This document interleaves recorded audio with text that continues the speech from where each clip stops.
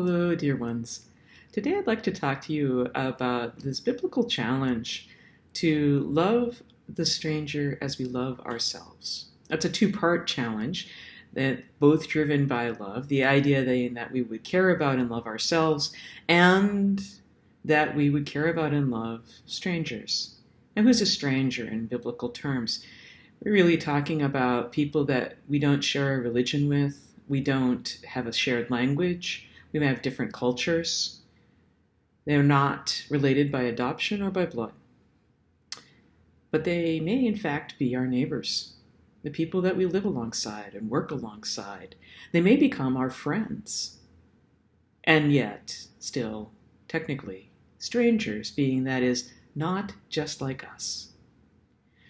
That gets really challenging when you're talking about we have to love everybody who's not just like us. For a lot of us, it's a real struggle to even like the people who are just like us or our own selves. And that love is challenging us to grow into both of those parts at the same time as just one of those wonderful requests and encouragements and challenges that I really adore in the Bible.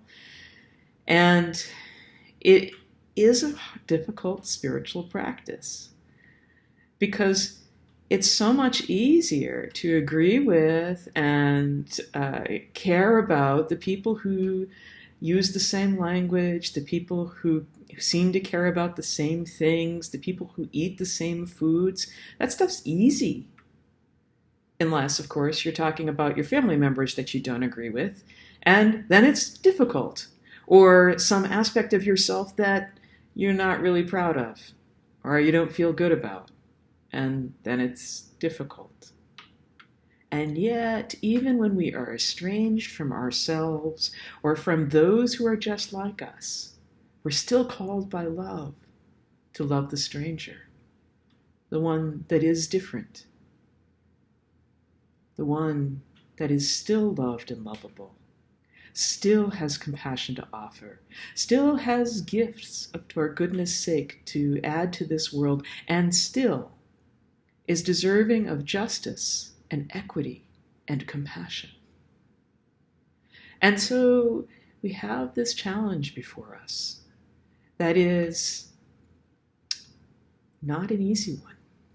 That's why it's a challenge. It encourages us to grow, where we run up against those edges.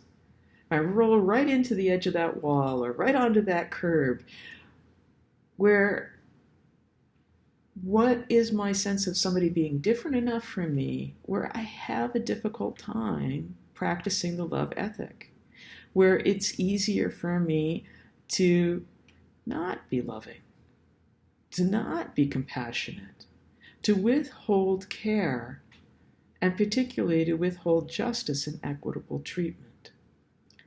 These passages are really about looking at how we, each of us, choose and affect one another in this world, that we are sharing this planet together, and thus saying to us, we are called to figure out how to share this planet together in a more loving, just, and kind way than we have ever done before.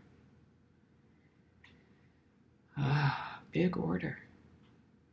So spiritual practices to help us live into this faithful promise.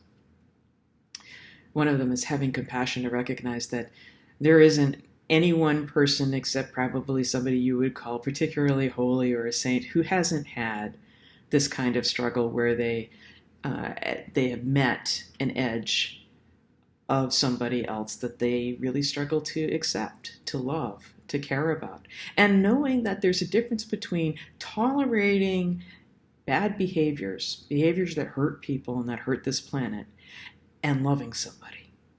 And sometimes love actually looks like drawing people back into right relationship with all of being, offering opportunities for caring rehabilitation, for reconnection and reconciliation.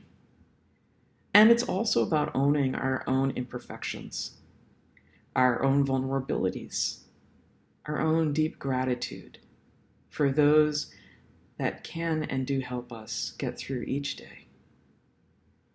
And a number of those people, if you spread that net, probably not very wide, will be strangers. They will be people you don't actually know, or who speak a different language than you do, or who eat different food, or worship in different ways, or have a different nationality.